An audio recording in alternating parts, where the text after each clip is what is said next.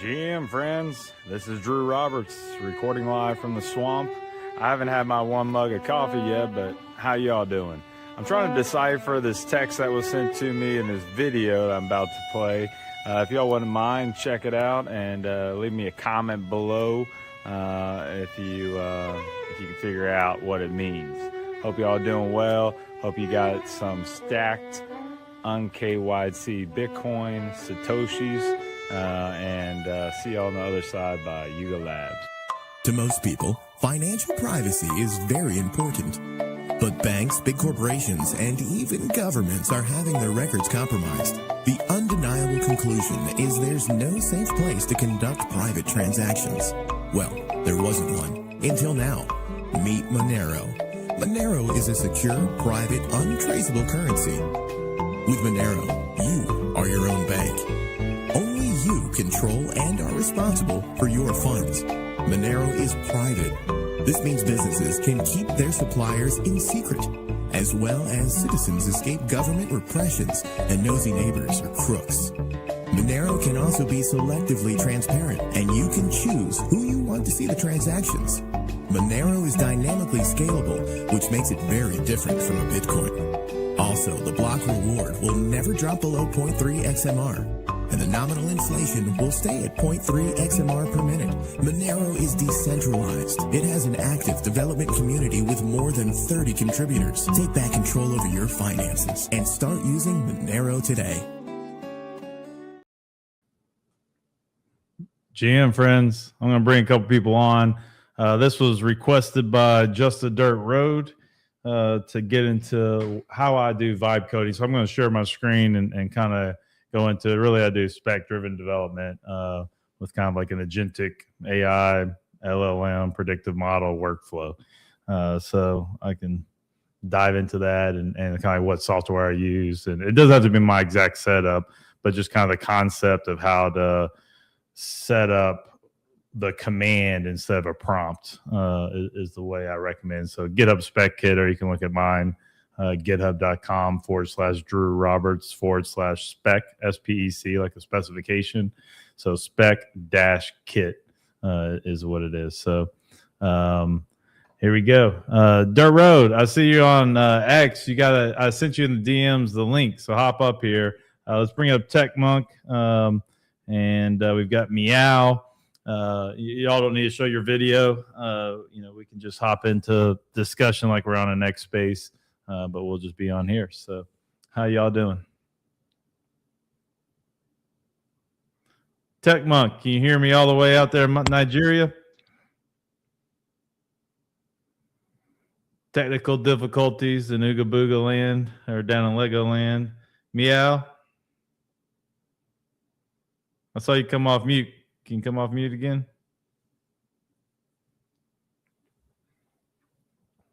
Well, we're off to a great start here.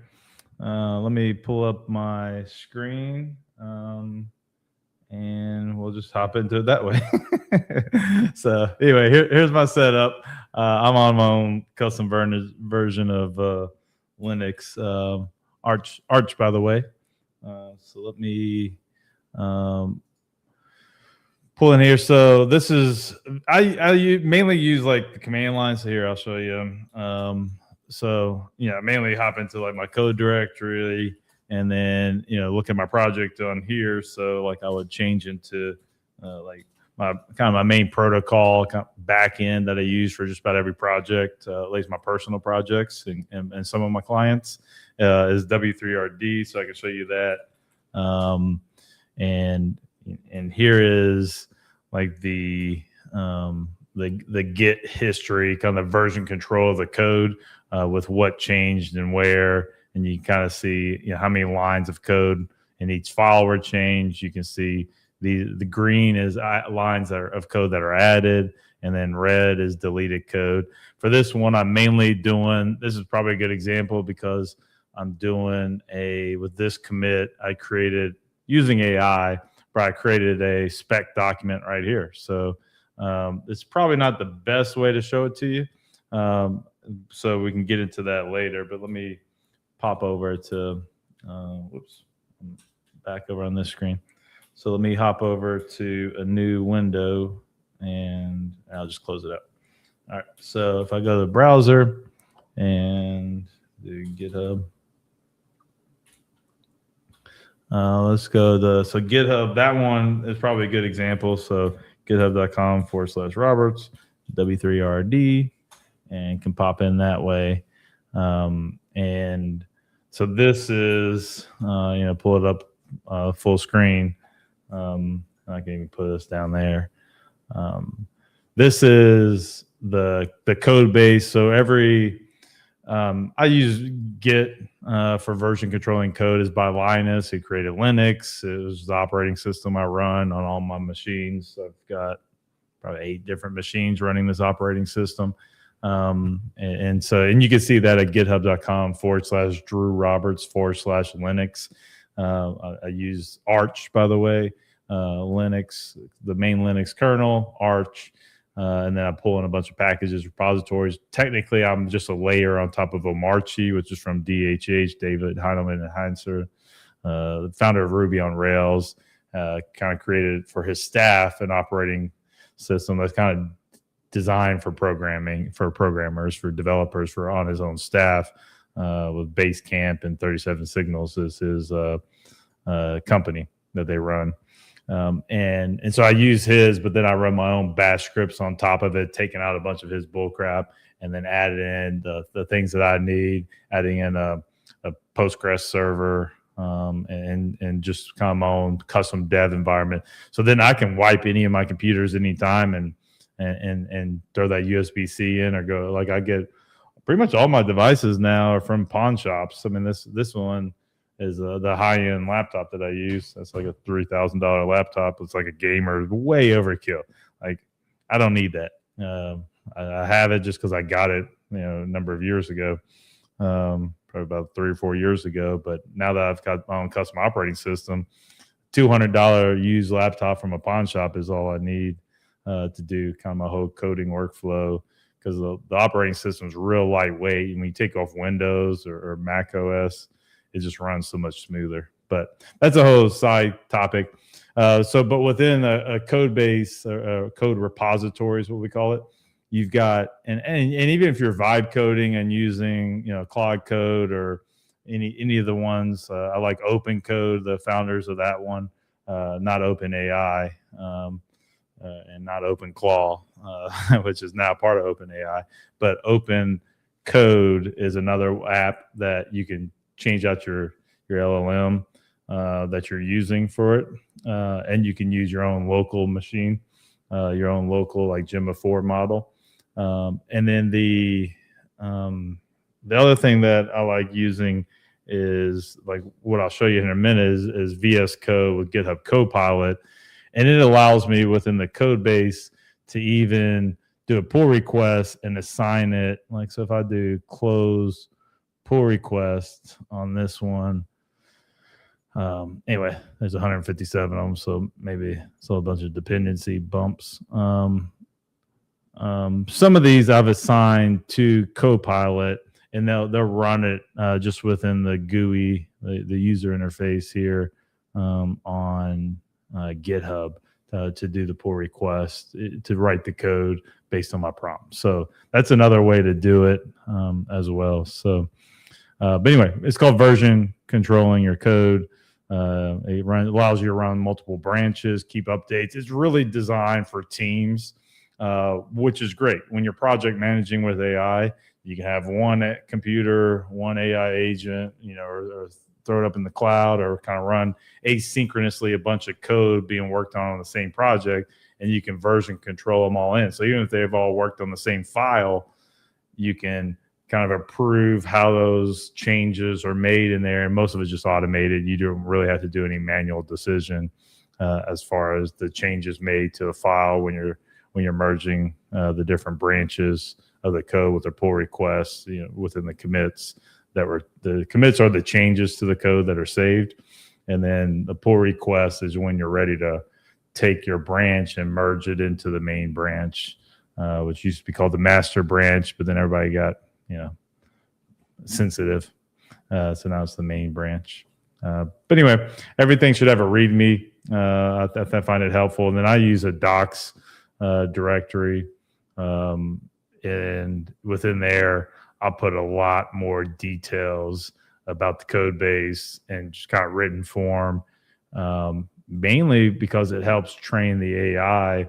When you're running different feature requests, you can reference, a full, detailed file on, on whatever you're working on. So like this has gig economy work in a payment system with either crypto and Stripe, X402, and and regular payment processing and coming in and out, and so the whole gig work and the way that I structured it and the endpoints are just pulled up right here. So see, we got Dirt Road in the house.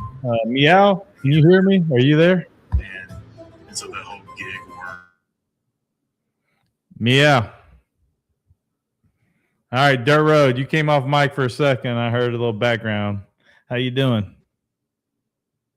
Meow, you come back on. I don't even know who Meow is. Who are you, Meow?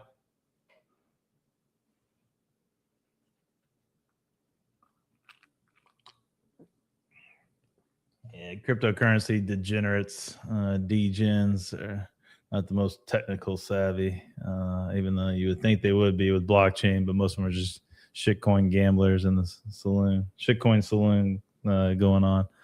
But anyway, we've got some comments coming in.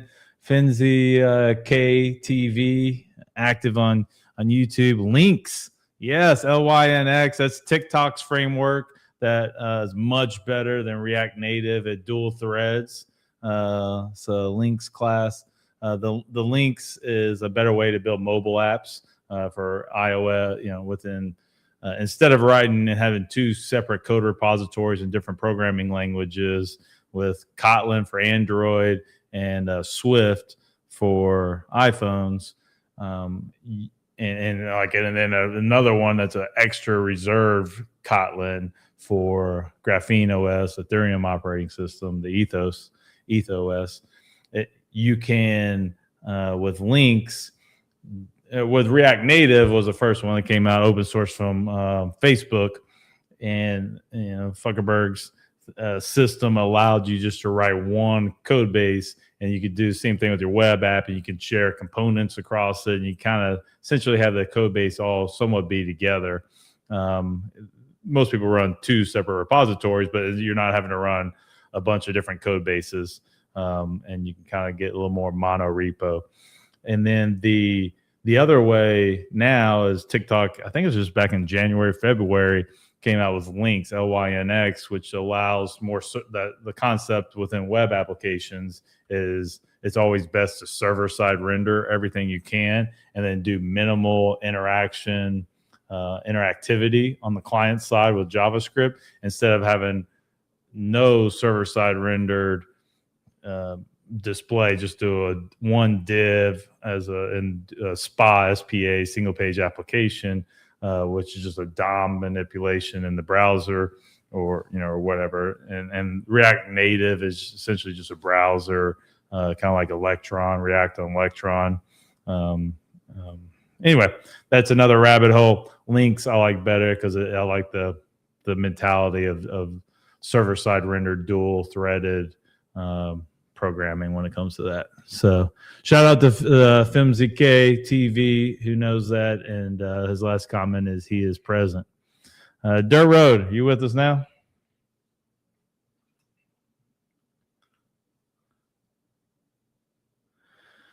All right, SoundK5943 on YouTube. Check chats, please. Only way I can communicate. I did. I just checked it.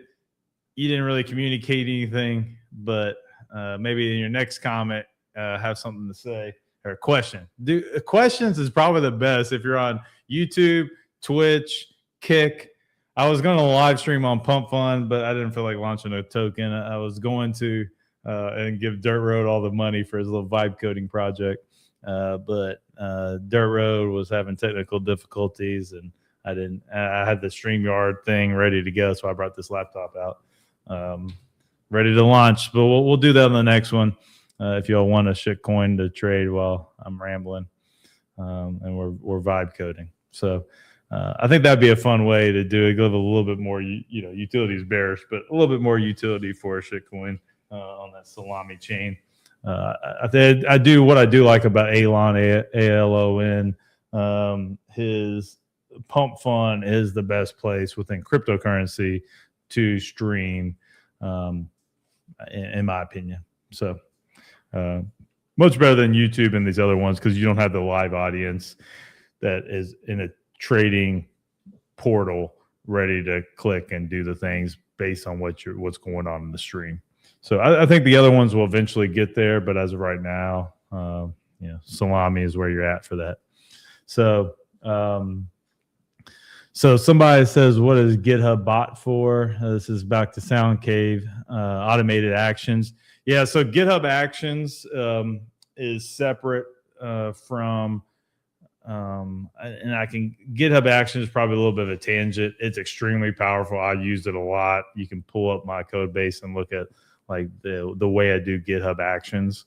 That's their automation process. And really for CI, continuous integration, or kind of CD, continuous deployment to your server. So every time you make a change to the thing, you don't have to log into your server, put the code over there, so now it's live on the internet.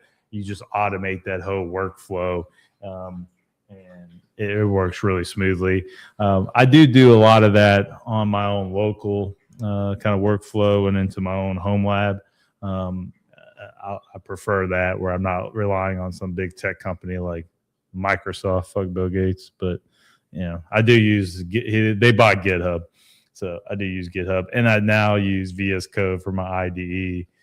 IDE is just like your text editor for programming code. So the GitHub cron action is bad, says SoundCave on YouTube. Yeah, I don't want to say it's bad. I think it's very powerful. They have some, if you're completely relying on it on the enterprise level, there's some issues. The downtime, it's not 100% uptime, I guess. It's 99% uptime, but it's not 100%. So yeah, I wouldn't say it's unpredictably unreliable is his next comment. I wouldn't say it's that. It's just, it can cause you to stumble at some point in the future. There's a non-trivial chance it won't work on you.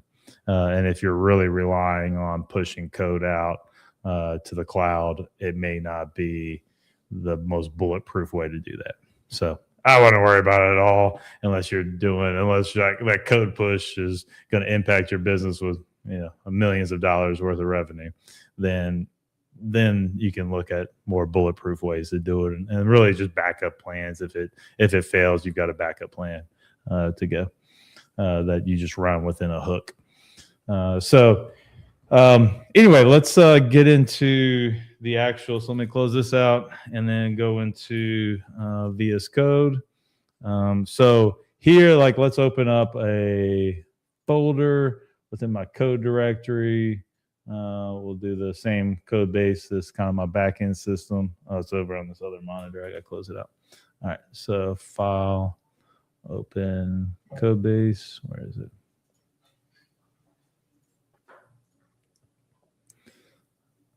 Here's my Linux code. Here we go. Let's file, open folder. Y'all hear me now, Drew? Gotcha, Dirt Row. Welcome to the show. Man, y'all almost had me. I clicked the button. It showed my camera up there and everything, man. I didn't get to see it. I'm not looking at that screen. I'm looking at this one. Yeah, man. I miss seeing your pretty face. I still get a green light on my shit. I had to cover it up. I'm taking care of the baby. I've been listening since almost the start, so I'm a little bit lost, but I'll rewatch the start of the whole thing. I'm going to watch this later and go through and figure it out 100%. Well, we haven't got to anything. I'm just rambling, waiting for you to tune in. We haven't even heard from Meow. Meow's come off mute a few times, but I don't know if they're having, Oh, Meow's gone now, Dirt. All right. Well, anyway, you'll have the videos everywhere. It's like on 5 different platforms, so you could get to the recording. Anyway, but and then plus you can just run the transcript through AI, get all the buzzwords, and dive deeper on any topic we're talking about. So the easiest way to get the transcript is go to YouTube after this is done, and then copy the transcript from YouTube, and then to throw it into your LLM chatbot that you use. I recommend Gemini 3 or Gemma 4 if you have it on local, and then go back and forth with discussion on that. All right. Yeah, turn sideways. Anyway. All right. So, Dirt, let's hop in here. I'm going to share this again. I don't know why this is. Oh, it's on my wrong screen. I don't know what's going on. All right, hold up. We're having technical difficulties. It's showing something that hasn't been there in a while. Showing something for 2 minutes ago. All right. So, let me stop sharing. All right, and then share again. I have OBS, and it'd be a better way to do it with my own custom setup. I've got this Stream Deck, so I'm going to do live streams where I've got it going here, and I've also been working on MIDI scripts to play music with custom VSTs for each of the instruments. Like I'm running an orchestra, and I can play it that way.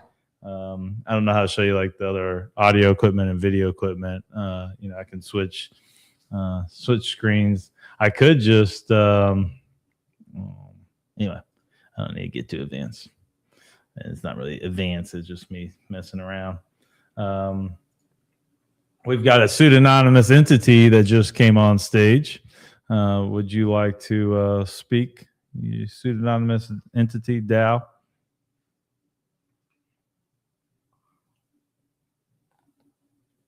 All right, Dirt Road, can you see this?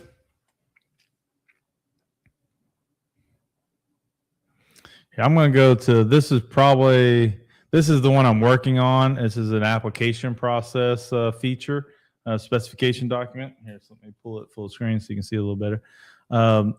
The better way to do this, let me show you one that's already complete. Where's the... So this is like for the registration, an API. I had a gig economy stuff that was within this code base. I don't see it right now.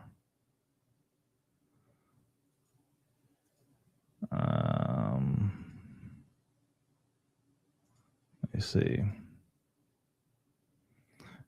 This is probably a good feature. Let me see. Yeah, so this is a good one. All right, so the way that I like to so I've been a software engineer about 20 years, and one of my projects a few years back, maybe about 5 years ago, ran for a year or two. I was managing 18 full-time developers. When you look at like large tech companies, project managers are, especially if you're a technical project manager that can review code, you become the bottleneck when you've got a large team like that, as far as like communicating features and the way that you want them done, and like your opinion on the structure, and then kind of going back and forth and meeting with a particular developer on who's working on a feature about their opinion of the best way it should be done, and making a decision together, and then moving on to the next one. So what I found is, and this is called spec-driven development, this is pushed by like Deloitte and all the big tech firms, Accenture, all the big software engineering firms that are consultants for Fortune 500s, and anybody who has a lot of money to pay their overhead.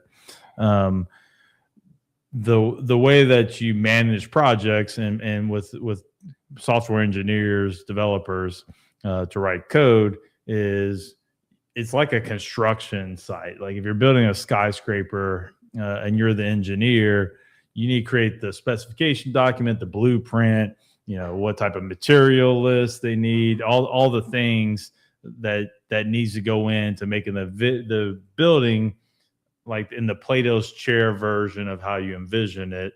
And unlike a building with software, it's fluid. It's like writing a book, and but it is always can be edited and new versions all the time.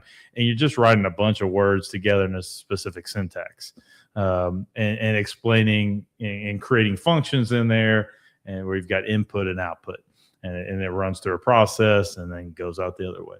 So the best way to do it is this spec, and it's been around since like the 90s, maybe before that.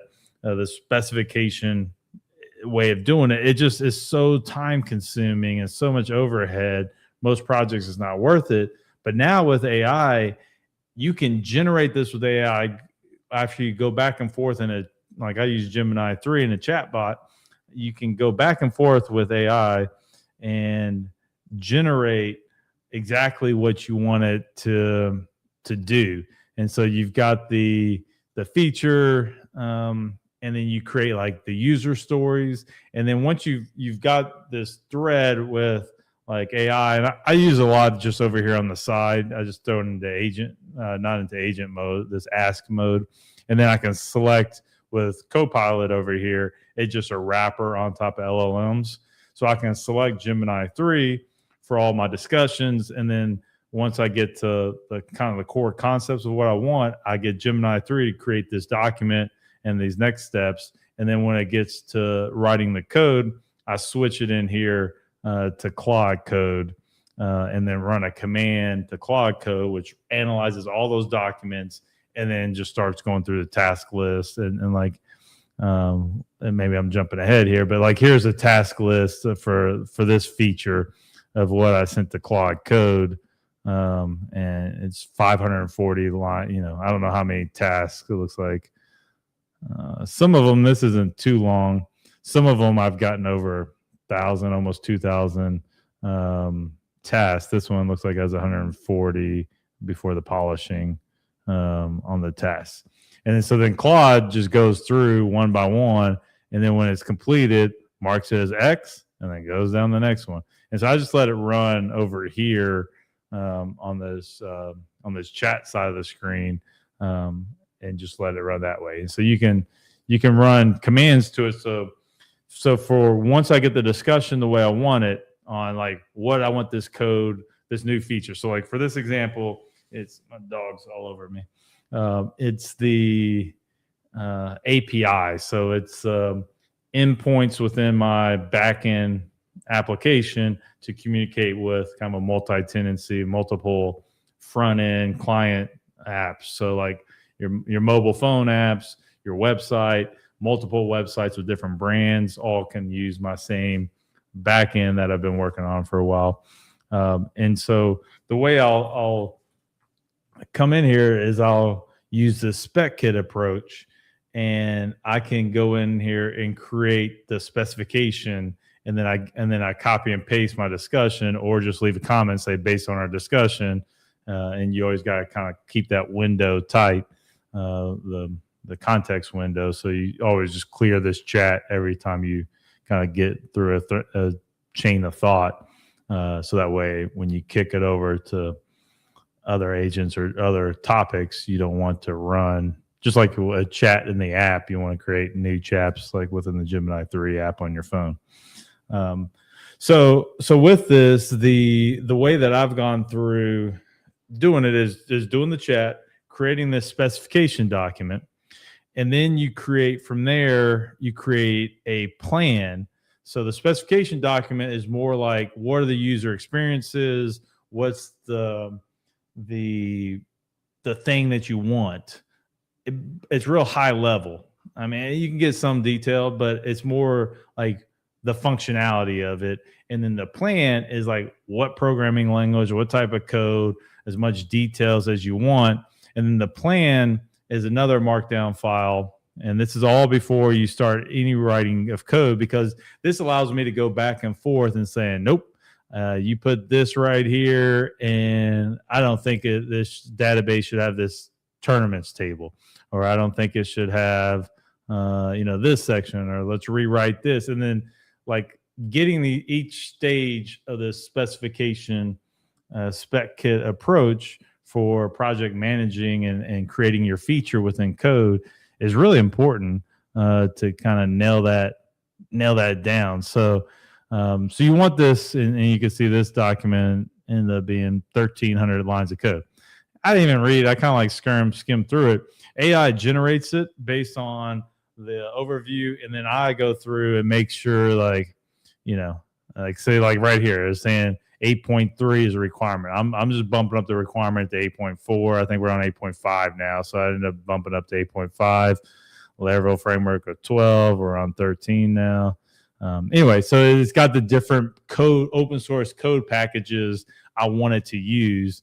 And it helps, like, if you're kind of familiar within that way of writing code, like if you're a React guy and you're doing a project in React, you got to know that NPM ecosystem and not let AI just bring in some random package that hasn't been maintained and, has security vulnerabilities or hasn't been updated, or some little dudette is doing it while on like a hobby project working for a business, and you're trying to build a big company, an actual business revenue model, and you got this little code base in there that somebody can just take over that package and throw security vulnerabilities in there and extract out all your data, or take your money. So you got to watch out for that. So it helps if you kind of know what packages. So that's why I'm very specific. Like even like within my testing suite, I want to use from Nuno, one of my buddies over in Europe. We used to hang out at a lot of programming conferences. He has this PEST testing suite with kind of a TDD approach. And then anyway, so I just kind of go through, make those decisions. So I'll look at a couple of these sections to make sure it's the way I want. And then for this one was an API. So I wanted my endpoints to be the way I would have done it. And so like I'm a much more opinionated, just because I've been doing it for a while. And I study rhetorical criticism, like word selection for me is really important. And so I want that to be a specific way, and I want those functions to be named a specific way, and the endpoints and all that to be done the way I would have written it. But what's great about it is going through this approach, it seems like you're doing a lot of busy work, but when you kick it off to writing code, I'm taking off months of what I would pay, developer 40 hours a week at $80 to $150 an hour. I can get done within a day or two after you do all the decision making of creating, these really long ass documents. So the plan has corresponding documents. So, and you can see it kind of references to some of them in here. Like this has the exact way that the endpoint should do. And then, it'll have this corresponding document of like the data model and how the database should be done. So if you think about it as like on a construction project of building a skyscraper, and your code's just a skyscraper, then you've got like checklists here. You've got kind of a quick start. You're just giving your AI agents, here's some research document. You've got, this is a contract that this one needed.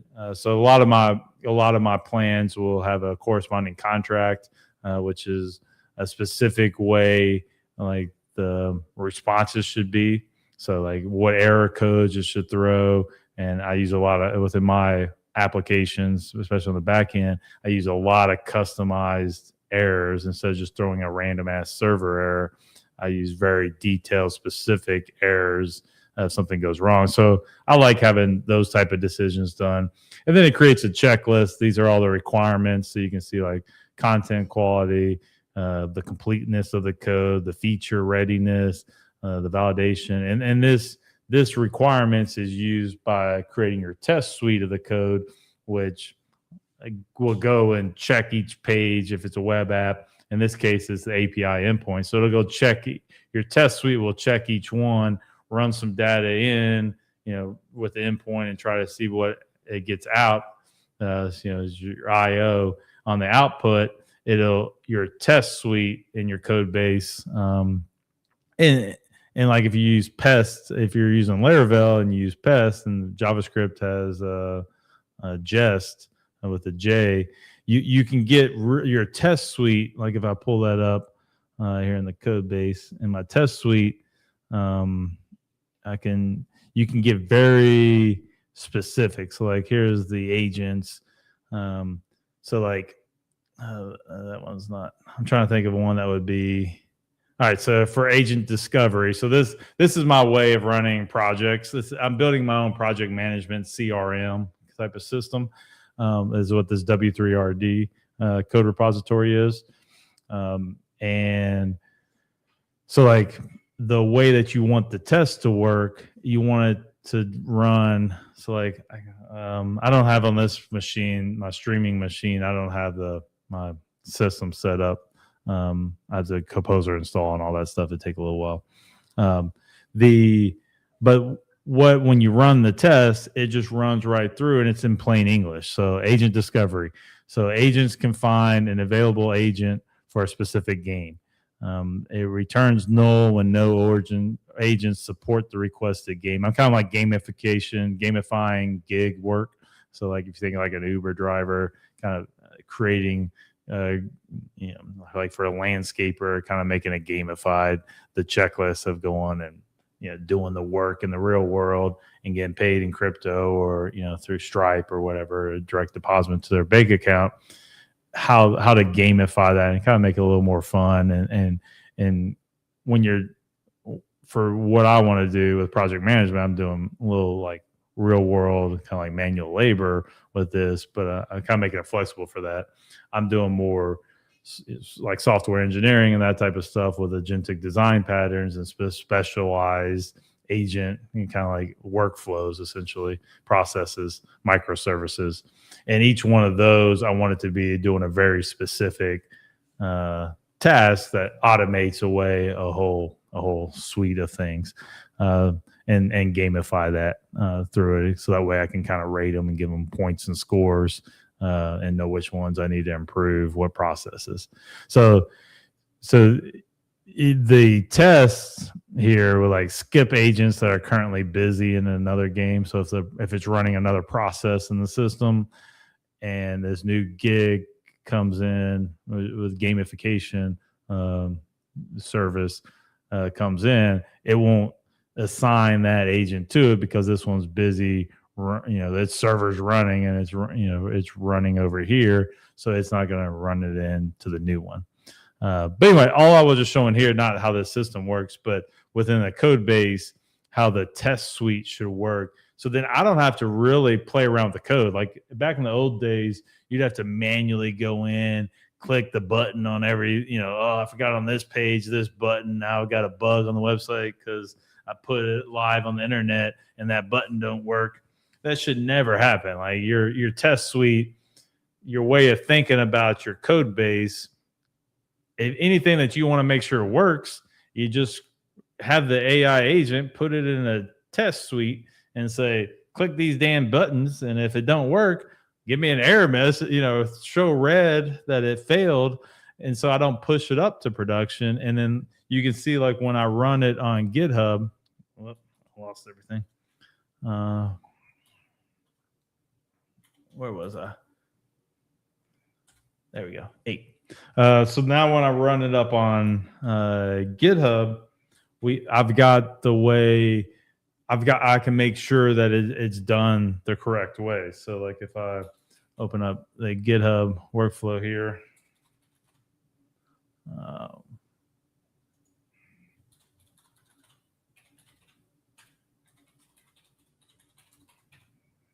Dirt Road, you still there? Yeah, I'm still here, partner. I'm still here. All right.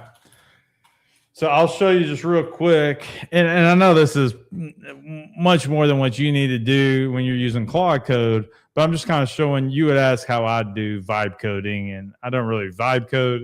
I don't like try to one-shot it as the way I look at vibe coding is like making a front-end client-facing interface. That's one. I for my clients, I write more software, like business logic application software. That's web. It's a web application.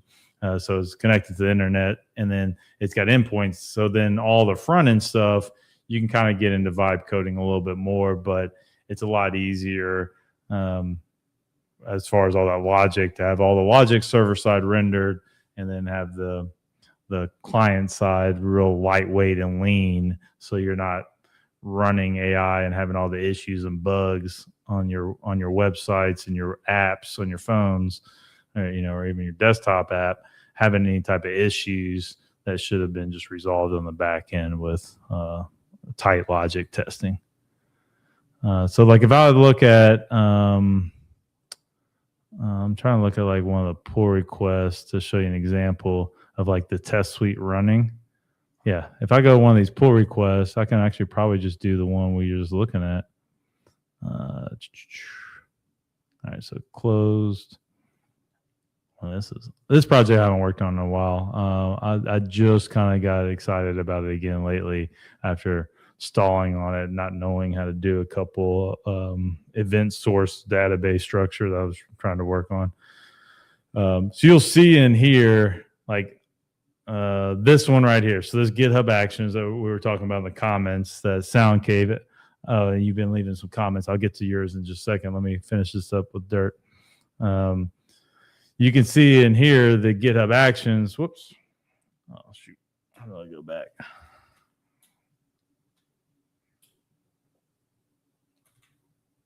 All right, here we go.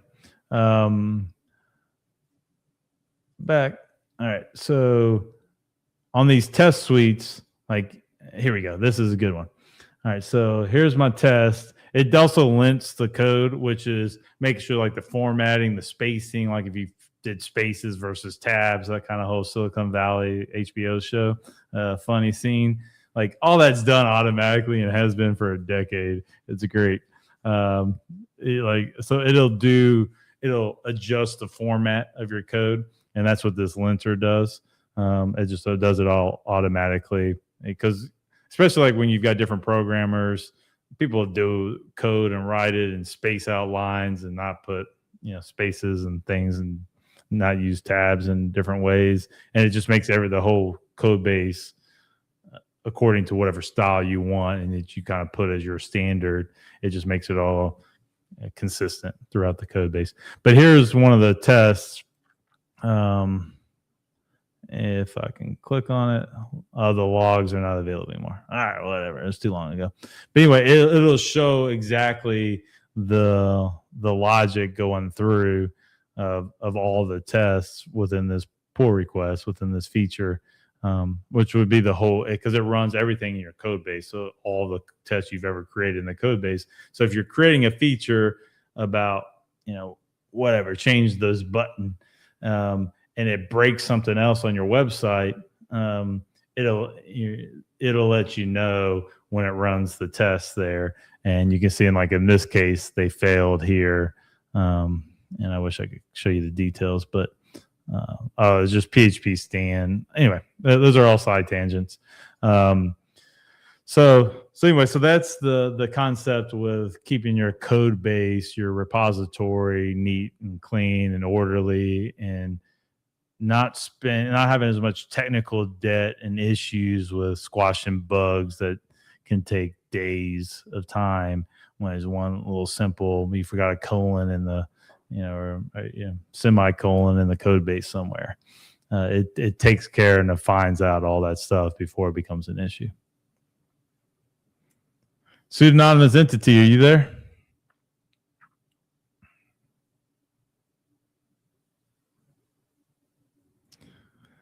All right, so back to the thing.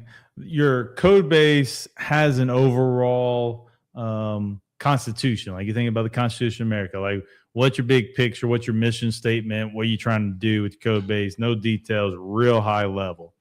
So with inspect-driven development, that's within your code repository, along with like your README for your code base, which is just kind of plain English description for anybody visiting the code base, and like for people to start with and read this first, README first.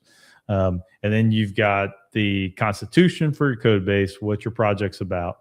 And then each feature that you're trying to do, that you're trying to put into code, like so in this case, build an API, it has this specification document. And then your plan comes after that. After that's done, then you create your plan and then all the supporting documents for the plan. And then once you've agreed with your AI writing all this shit, once you've agreed with all that, then your next step is to do the task list. And I seldom look at this. Like this right here, once Gemini 3 creates this, I may glance over it, but there's no decision making here. It's just doing step by step, like a recipe in the kitchen for that little dumb blonde Claude who can't make decisions, to just follow this, this little Anthropic girl, to just kind of follow this thing and go through making, putting the code where it needs to do and exactly, what the function should be and all that. And I prefer Gemini 3's logic. I don't like OpenAI. And there's some other ones that I'll occasionally play around with, but Gemini 3 for me, the way I think, works best. And then Claude is better, in my opinion, than Gemini 3 at doing a task list and following it through, and it's cheaper on the API cost. So Dirt Road, and then at the end, I review the code. Really, I just look at the test suite. If everything's passing and didn't break anything else in my code base, kind of push it through and move on.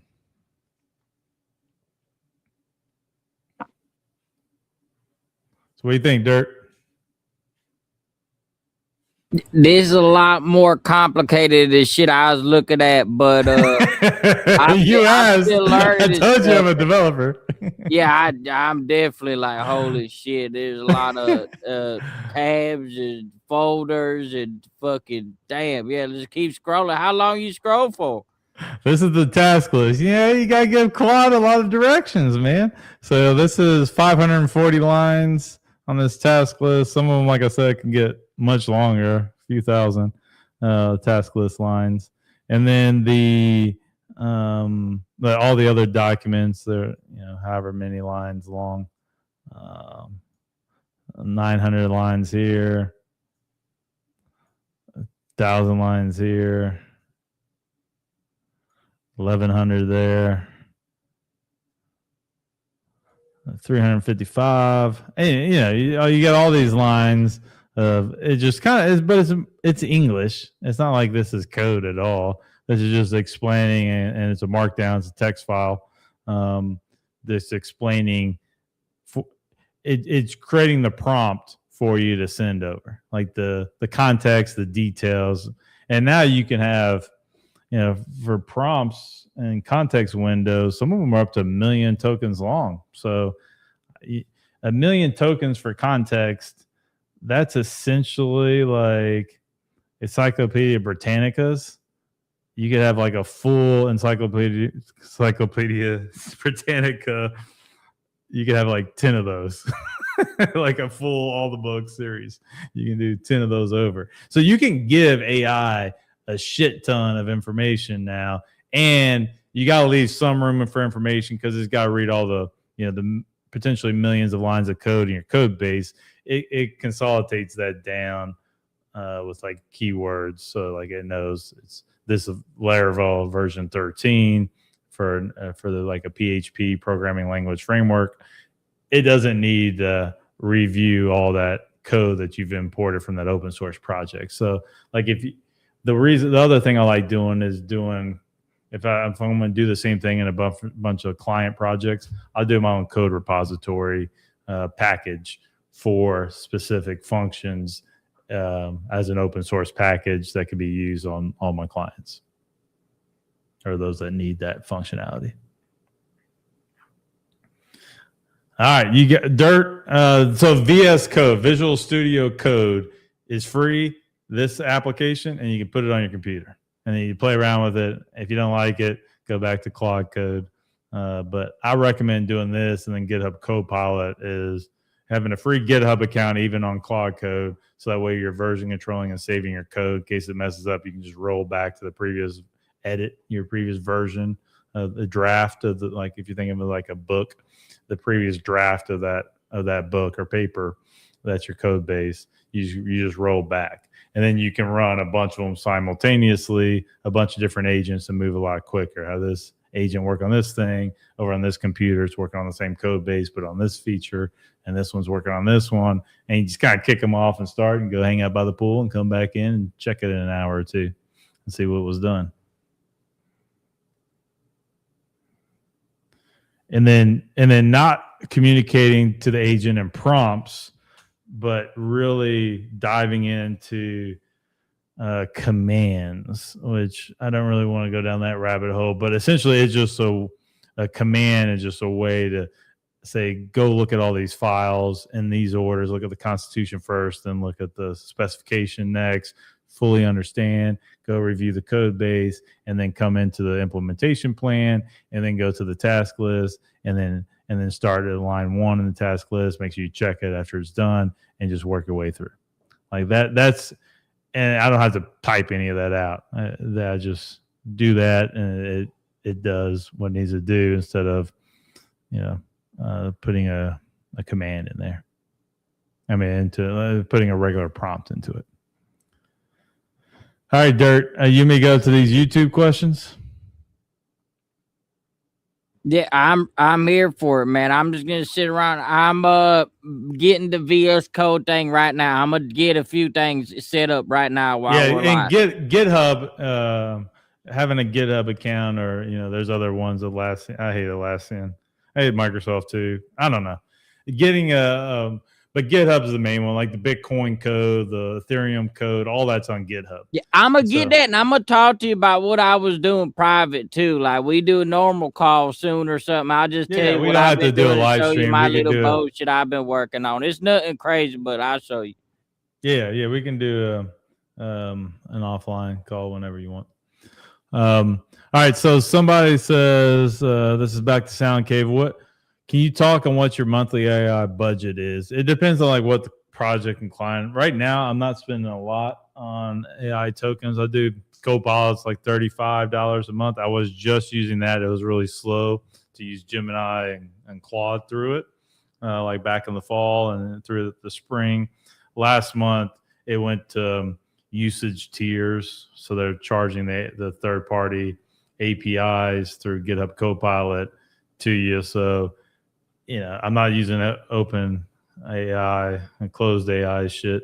So I use, for Google, their API costs, and then Anthropic's Claude API costs. It's variable depending on how much code I'm writing and stuff. I don't know. I don't pay for Gemini like on my phone. So most of these documents are kind of done that way. At least the initial draft is all done that way. And then at least like the feature spec is done just on my phone. And I tell Gemini 3 on my phone, give me a markdown file with a complete specification document for this feature after I've been discussing it, the best way to do it with it. And then I copy and paste it here, and then talk with the agent, Gemini 3 here in the sidebar, and go into more details where this one can read my existing code base, whereas the app on the phone doesn't. So that kind of gets me around a lot of that usage. I do have Google Workspace, so I guess I'm paying for my own, Drew at drewroberts.com. And I've got a couple of developers in Hong Kong that work for me as kind of like an agency. They do it. So I don't use it, but I do kick off to those guys. So like for clients work that I'm doing right now, like Web 2 clients, for different projects, I'm mainly using them, and they can run tokens however they want. We're just splitting revenue. I'm like essentially outsourcing the full project after designing and kind of like architecting, doing a software architect decision tree of how I want it done. I kick that. I'm done, and I'm just using AI with that and kicking a constitution and the initial MVP specification document, the first document for your minimum viable product for that client to get their business idea out.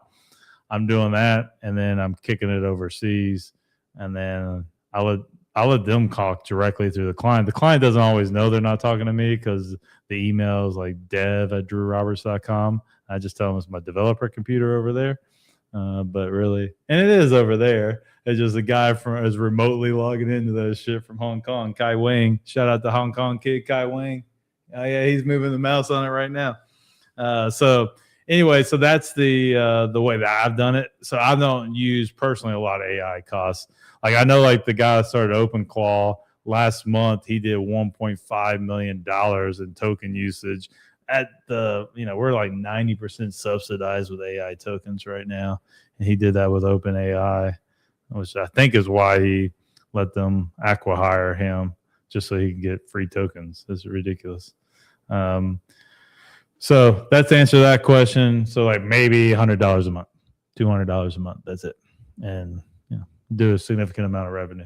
Like I was running 7 full-time jobs, 40 hours a week jobs, outsourcing and using AI for. I'm down to 3 right now. So most of them are like a month to 3 month projects. It's not like they're W-2 jobs. They're 1099, 40-hour a week projects until the MVP is done, and if they get revenue, they come back and work with me. So sometimes there'll be like a week break, and then they have a bunch of ideas and they want to do something else, or they want to build an app for the phone or something. So that's kind of the way I'm doing it now. I do miss the crypto work. I work do a little copy pasta edit for an hour, and then do an hour space launch for a client. Like 10 to 30 grand. Like those were the good old days. So I don't get to do that as much. I actually got to like create specification documents and think through shit. But I'm learning a lot more and enjoying it. And eventually I'll get rid of my Hong Kong kids, or use them more for project management, like going back and forth with me on the specification documents and features and decision making. And then none of us will be writing code. We'll outsource it all to. I like Gemma 4. I want to get Gemma 4, and like I guess whenever they come, the local models, whenever those get better, just run them here where I'm just paying for electricity and not some third party LLM. And they run on just like, that big thing. My main home lab server, I've got a few different machines. I got it from Pawn Shop for $500. So. It's got 12 terabytes in it. I found a good deal. I was like an hour away. I drove over there and bought that thing. Find some gamers that overspent, and then you can get on and sell their graphics card, because you don't need a graphics card for AI. You just need the GPU. So the next question. The language for specification documents seems specific. You don't have to make it. AI can make that decision for you.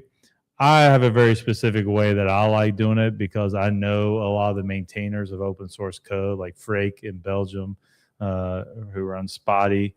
I spend a lot of time with him. I want to use Adam Wathans.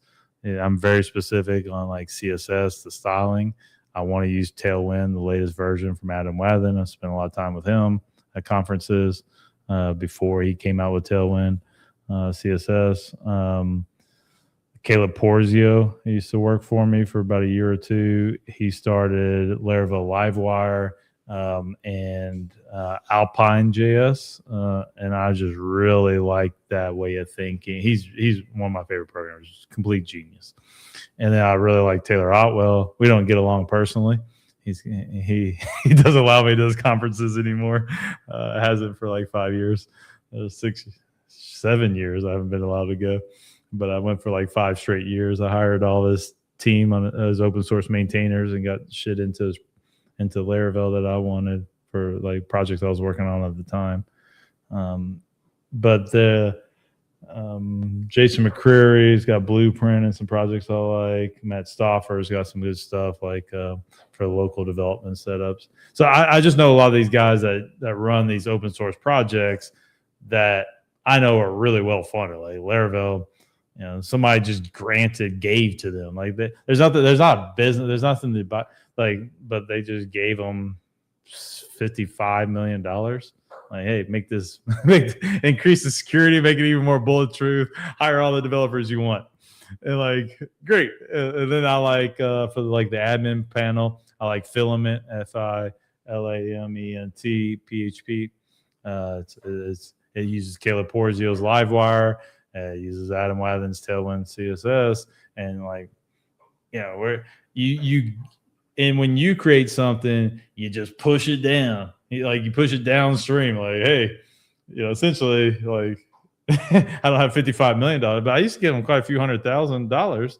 I don't think I ever crossed the million mark, but I would say, hey, here's what I need for these clients.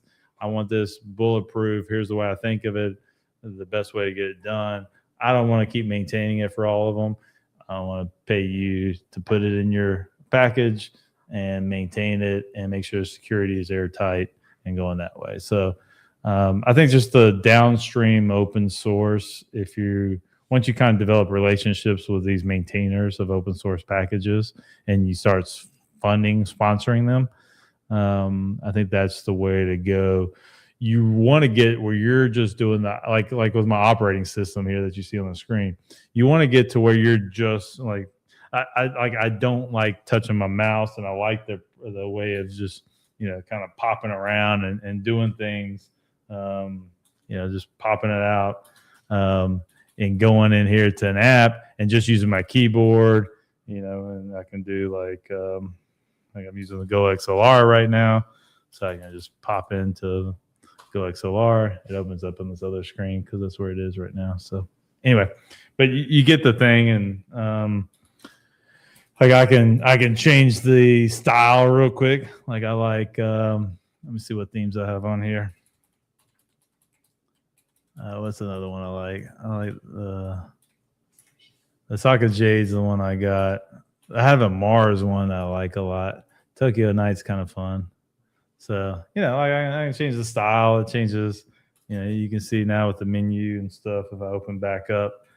I think for me, like if you're looking at code, like so if I open back up VS Code here, it's no longer green. Like I can change that around. I can go into, but you want to where you're not maintaining this stuff and always, finding security issues and stuff. You want to kick it downstream and kind of like sponsor somebody who's maintaining as much of like the Linux kernel, Arch, by the way, and then Omarchy, and like different AUR packages, Arch user repository packages, and push what you want, like Hyperland is part of there, HyperIdle for my, you just want, in my opinion, you want to push all that down as much as you can.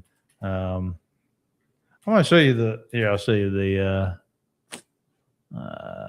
style. I want to install a theme. Okay, here we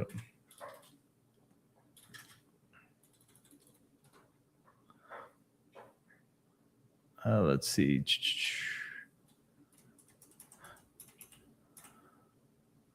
Where's the themes? Here you go. Solithal theme. And I thought it used to be a search. Okay. Well, anyway, I'll have to put for the next stream. I'll do it in the Mars format. It's kind of like this red. I like on my laptop and stuff. I like programming. If I go to like a coffee shop, there's one coffee shop I like going. I like being in Mars mode and changing my theme for my editor and everything. So anyway, it just changes the whole setup, and you can even see like with the browser, it used to be green, now it's this color. Anyway, I don't know. I need to get back to where we were and what you want to talk about. So that was the language for the specification document. So but you can let AI pick it and kind of ask why it's choosing. Like I choose PHP, but you may want to choose Ruby or Go. I'm thinking like for the back end, like application, you may want to choose Node.js. You may want to choose Rust, which is like Solana is written in. You can choose whatever language. It doesn't. You can accomplish pretty much everything in every language. Some may be a little faster than the others, but it's pretty nominal. For me, it's wherever I can use the most well-maintained framework to have most of that done underneath me. And like, I've got user authentication. I've got all this like stuff just done and done really well and well funded, much better than I could write it, especially if I'm starting off in like Go or Rust, where there's not like a whole lot of packages and projects that you can pull in and use as well. So that's why I like PHP. I'm kind of a PHP guy. The next question is given and when. Not sure. I don't remember when you made that comment. 434. All right. In your experience with monitoring other devs and working on large projects, what do you know about building patterns in OOP? I really like object-oriented programming as OOP. I just always say do best practices of Laravel, the Laravel way. Like I just find, like I before this, I was writing spaghetti code, custom applications in PHP. It was like one large file, a bunch of logic mixed in with kind of like front end shit. There's no MVP, like model view, MVC, model view controller separation of concerns.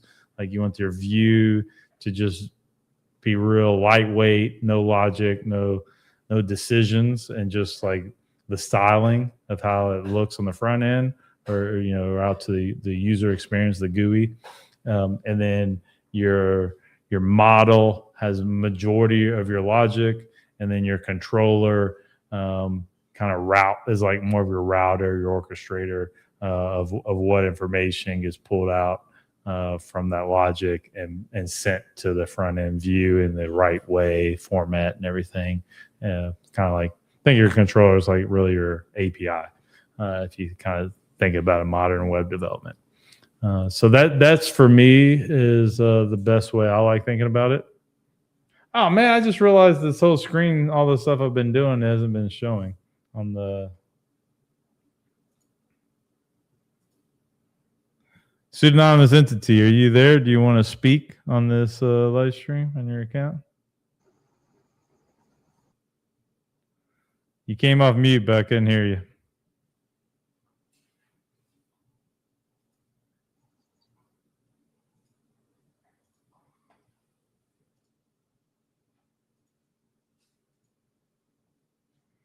I don't know how much. I'll have to look at this video. I don't know how much wasn't shown while I was talking about software setup. But anyway, you get the point. I think for me, that's pretty much what I got for you. Let's see. There's watch out, dog. Stop.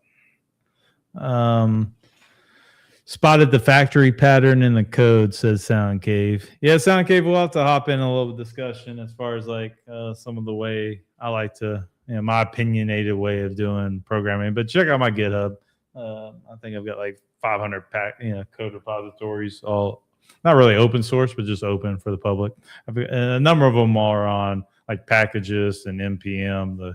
I don't have any on AUR yet, but the different package repositories, places where you pull them in your own projects, your own clients' projects, and keep them updated. All right. Well, I think that's it. We lost Dirt Road. I don't know who all is here. It doesn't show me the viewers on this thing, but we can shut it down. Let's pseudonymous entity. I see you came off mic again. If your mic's working, go ahead and talk.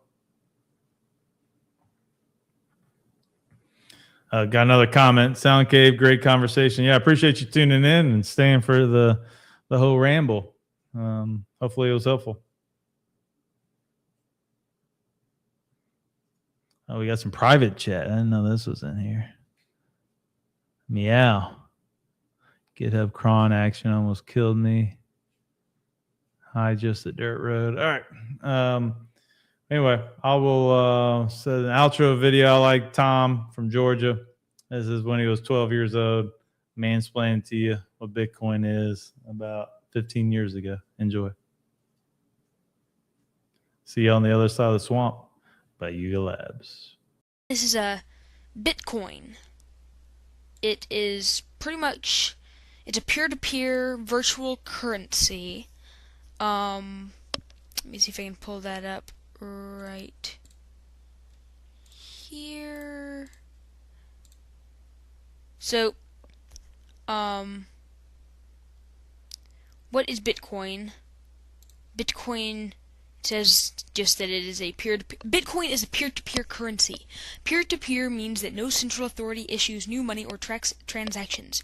These tasks are managed collectively by the network. So, yep, that's what their website says.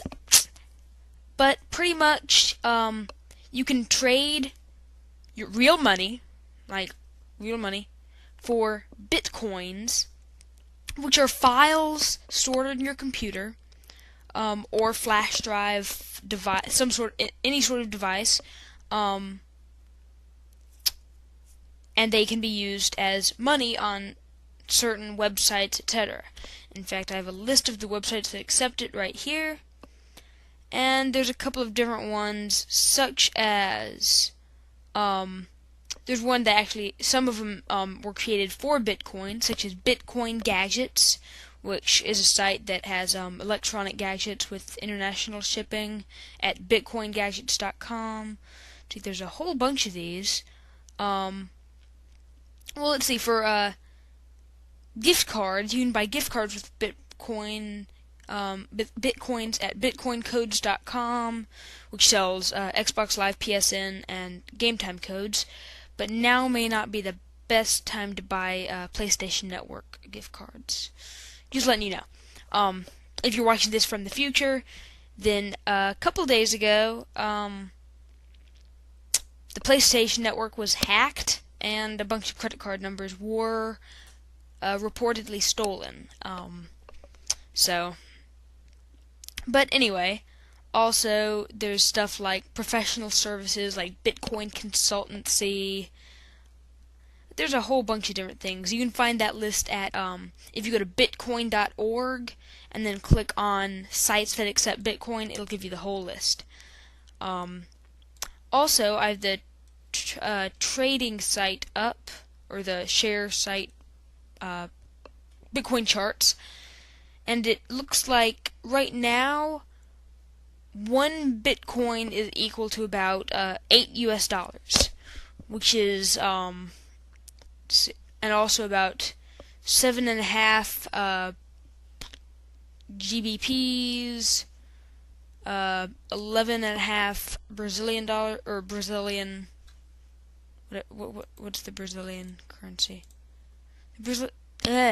Sorry.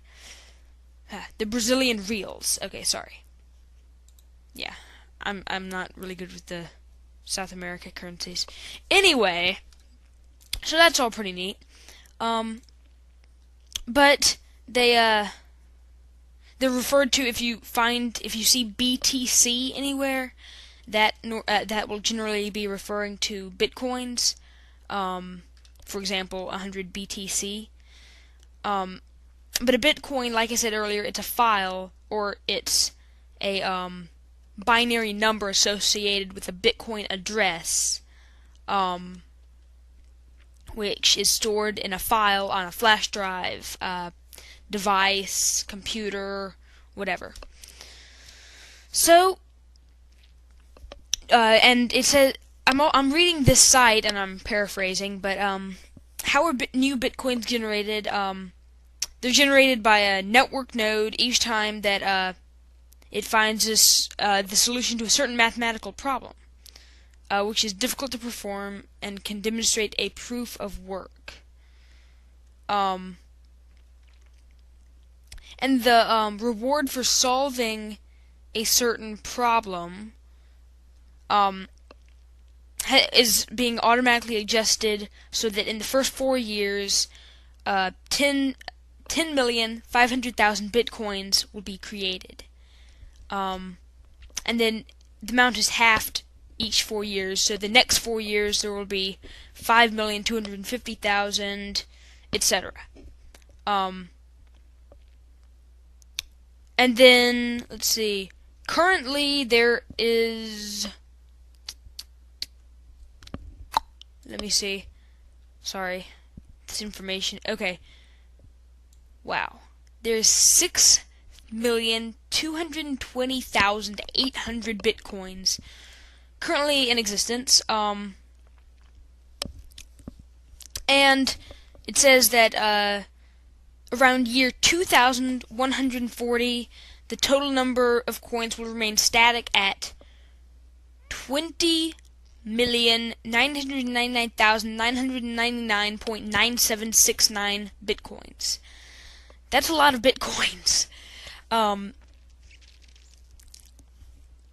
So that's a lot about it.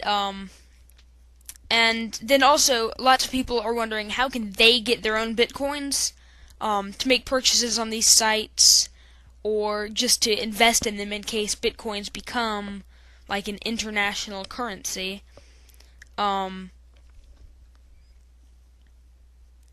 If you go to let's see, Mt. Gox, which is at mtgox.com.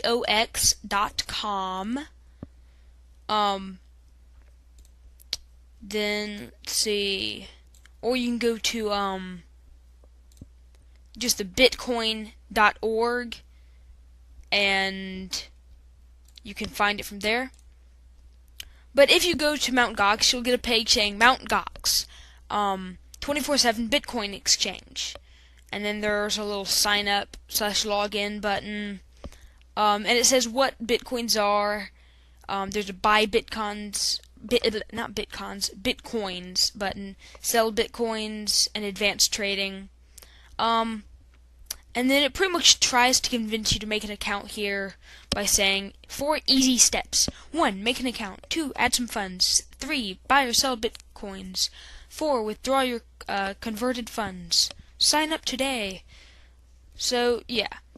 And then it has a graph on the homepage showing the price over the last 48 hours, which is useful to show whether you really want, this is something that you might want to invest in. Right now it appears that it's going up at this point, so right now it would probably be a pretty good investment. But that's bitcoins for you. There are a bunch of sites that accept them, and I cannot list all of them here because there are many, like, as in, it's a wiki page, sort of like Wikipedia, and it fills up a really good sized page.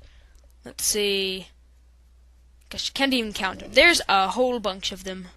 So, go out, you can check it out at bitcoin.org,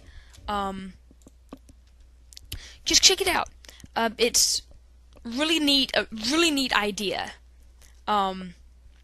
Though I have to say that I don't think it'll be around for a very long time. I'm pretty confident that the if not the U.S. government, then some government will shut it down. Because this is not something that a government would want. People exchanging their currency for this virtual currency. So, or there's actually some people are thinking that these bitcoins may just be a hoax, and once you get the bitcoins, now most people are able to use them, but they're thinking that once a certain number of bitcoins are purchased, then all the sites that accept bitcoins will begin to reject them. So the person who whoever originally distributed the bitcoins would have made a lot of money, and everybody else would be left with useless files. So you can try to invest in it. It may be one of the best investments you'll ever make, or it may be one of the worst. I'll leave that for you to decide. Tune in next time. Also find us doing some work at Garticles, which is at sasogeek.com. sasogeek.com. Tune in next time. Take you later.